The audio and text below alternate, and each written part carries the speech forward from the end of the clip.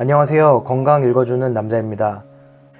피임약은 피부에 긍정적인 영향과 부정적인 영향을 모두 미칠 수 있는데요.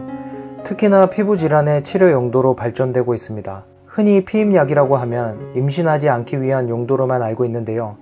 물론 피부 치료를 위해 개발된 의도는 아니지만 피부 질환에 좋은 효과가 알려지면서 피임약의 사용 용도와 영향력이 커지고 있습니다. 심지어는 여드름 외에도 탈모나 털이 많이 나는 증상인 다모증에도 개선 효과가 있다고 합니다. 하지만 의약품인 만큼 전문의와의 상담을 통해 부작용도 간과해서는 안됩니다.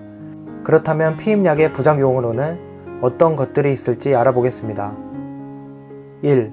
난소와 부신이 생성되는 남성 호르몬의 양을 줄인다. 2. 신체 내의 에스트로겐 수치를 감소시킨다. 3. 테스토스테론의 양을 제한시키며 생물학 활성화를 진정시킨다. 이처럼 피임약은 여러가지 부작용을 가지고 있습니다. 예민한 피부를 가진 여성이라면 탈색이나 색소 침착이 되는 경우도 있고 자외선 노출이 되면서 자주 발생합니다. 여자들에게 예민한 주제인 어두운 갈색 반점, 바로 기미를 만들거나 악화시키기도 합니다. 하지만 모든 여자들이 이런 부작용을 겪는 것은 아닙니다. 호르몬 수치가 모든 여자가 동일하지 않기에 증상이나 반응이 다 다르기 때문입니다. 지금부터는 사용되는 피임약에 대해 알아보도록 하겠습니다. 경구 피임약은 사춘기에 테스토스테론을 대량으로 생성하면서 유발되는 질환인 여드름에 효과적입니다. 흔히 남성 호르몬이라 남자들만 그런 것 아니냐고 오해하지만 남녀 모두 이때에는 테스토스테론의 분비가 왕성합니다. 하지만 피임약의 특성상 여드름 치료를 위해서만 처방되지 않고 부작용이 적고 더 나은 치료법도 있다는 점 유의하시기 바랍니다. 피임 주사는 최장 3달 동안 지속 가능합니다.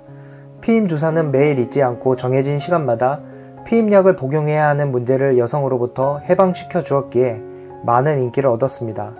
마찬가지로 경구 피임약처럼 여드름에 효과를 보입니다. 흔히 루프라고도 하는 자궁 내 장치 피임법은 콘돔이나 수술 등과 같이 호르몬을 사용하지 않는 피임 방법입니다.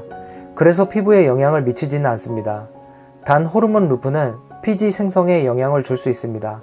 사후 피임약은 여성이 불가피한 관계 후 임신을 피하기 위하거나 피임에 실패한 경우에 사용하는 방법입니다.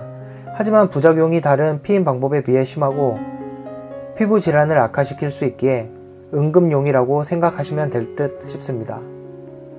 그럼 결론적으로 피부를 위한 피임약 사용은 옳은 것일까에 대한 질문이 생깁니다. 호르몬을 통해 피임약이 여드름을 개선하고 피부에 좋을 수 있고 항생제에 대한 대안이 될 수 있다는 사실은 명확해 보입니다. 단 전문의와의 상담이 필수일 듯 싶네요.